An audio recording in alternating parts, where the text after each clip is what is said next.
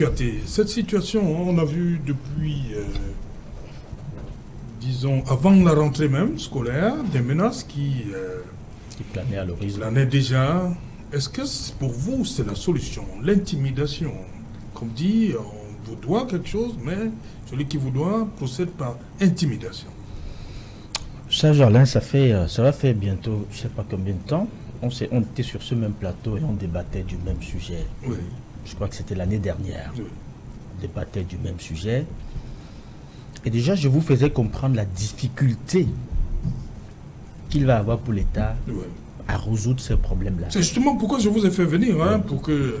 Est-ce qu'il n'y a pas un problème quelque part? Il y a un problème quelque part, forcément. Si vous tenez compte de la réalité mais l'État est financière... échelonné, cette dette. Ah non, il ne s'agit pas de ça. Parce que la dernière fois, les gens semblaient faire des calculs arithmétiques très faciles et sortaient avec des chiffres. J'entendais 221 milliards. Et déjà, je vous faisais comprendre que le problème n'est pas de trouver les 221 milliards, mais c'est de gérer l'incidence que cela va, n'est-ce pas, générer dans, je vais dire, dans le fichier solde de l'État globalement. Je dois vous rappeler que lorsque vous prenez le budget de l'État, le salaire des agents de l'État, à lui seul, représente à peu près 1400 milliards. C'est le deuxième compartiment le plus important dans le budget de l'État après le service de la dette. Prenez le budget de l'État, c'est 5 compartiments. Le premier compartiment qui absorbe n'est-ce pas, le budget du pays, c'est 27%, c'est le service de la dette. Le second, c'est le salaire des agents de l'État.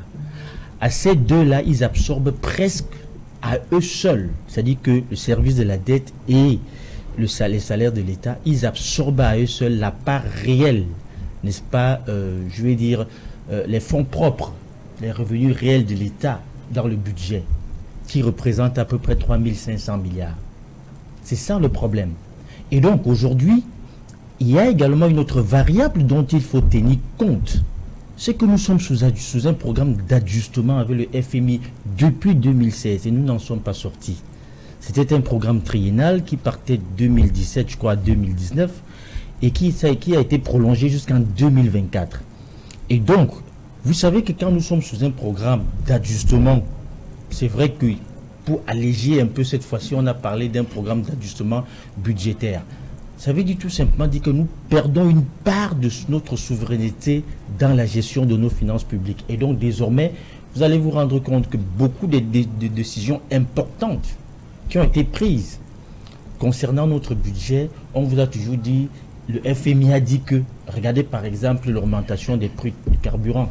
On vous a dit que c'était une injonction du FMI, assortie même d'une menace. Et donc il faut tenir compte de cela.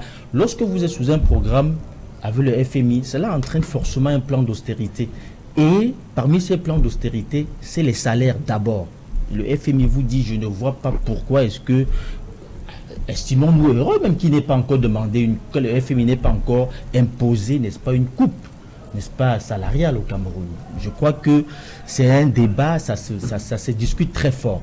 Et donc le problème aujourd'hui, c'est de savoir si on implémente dans sa plénitude l'ensemble des revendications de OTS, qui, ma foi, sont légitimes. Il faut y aller. Mais est-ce qu'on pourra gérer l'incidence après, c'est-à-dire tout ce que cela va entraîner, c'est-à-dire que c'est au moins, je ne sais pas combien de milliers de personnes qu'il faut, est-ce que l'incidence que cela va générer après, est-ce qu'on pourra maîtriser cela? C'est-à-dire que vous aurez une masse salariale qui va passer de près de 1400 peut-être à 1600 milliards, voire plus. Est-ce que l'État aura les moyens, quand je tiens compte de la réalité financière du Cameroun aujourd'hui? Vous avez vu que le président de la République a donné des instructions.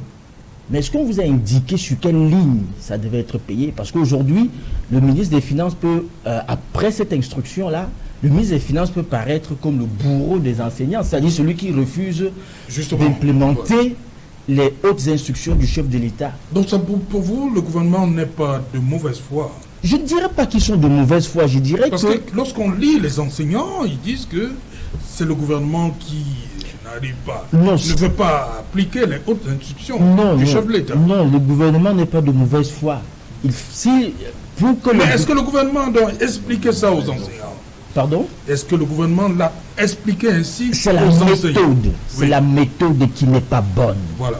Lorsqu'il y a une situation comme celle-là, on met en place un cadre de concertation élargi à l'ensemble des acteurs du secteur. Et là, nous parlons de l'éducation. Alors qu'on se retrouve avec des intimidations, avec la police qui s'y met. Qu'est-ce que la police vient chercher dans un problème des enseignants?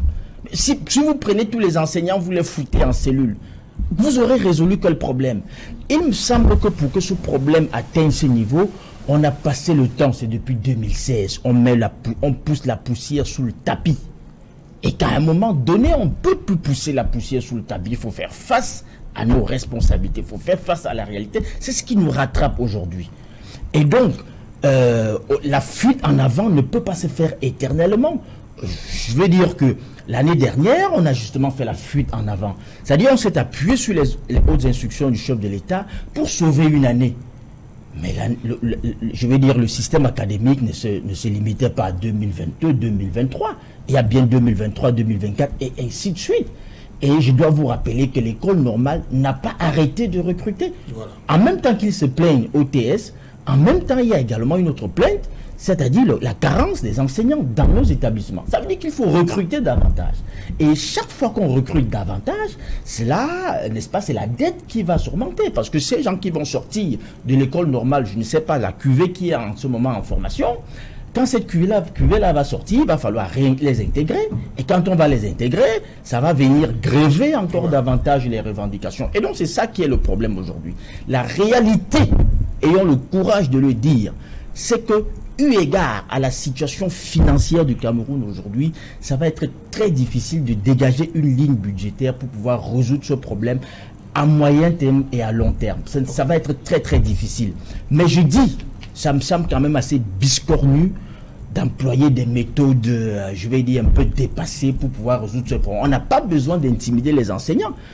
Le ministre de l'enseignement secondaire, elle doit mettre en place un cadre de conseil. Quand la menace a commencé à profiler à l'horizon, elle aurait dû prendre les dispositions avec l'ensemble des délégués, n'est-ce pas, des délégués de l'éducation. Elle devait prendre attache avec eux et les proviseurs. Je veux dire, l'audio dont vous parlez, j'ai suivi, ça me semble quand même assez curieux. Avoir quelqu'un comme ça, comme proviseur dans un établissement, vraiment c'est assez curieux quand même. Et donc, elle devait mettre en place un cadre de concertation avec l'ensemble des enseignants pour leur parler réellement et franchement. Et leur dire, voilà la réalité, il ne s'agit pas de les intimider, de les menacer, ça ne sert à rien, ça ne peut pas être une solution à ce problème-là.